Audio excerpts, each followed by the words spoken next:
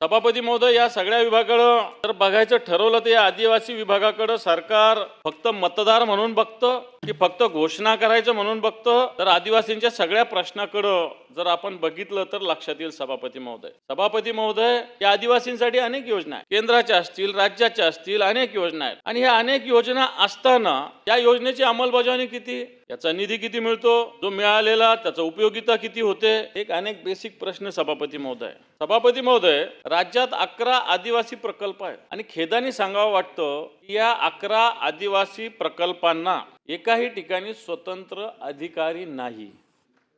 आता तुम्ही म्हणेल काय, तर मी एक उदाहरण देतो.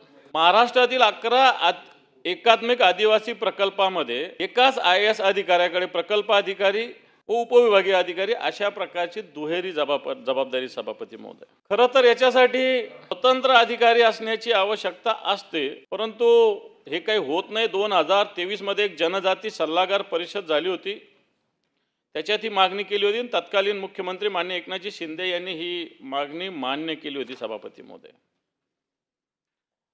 मग हे पांढरकवडा असेल, धारणी असेल, आहेरी असेल, भामरागड, किनवट, नाशिक, गडचिरोली, तळोदा, घोडेगाव, देवरी, चंद्रपूर या ठिकाणी हे प्रकल्प चालू आहेत.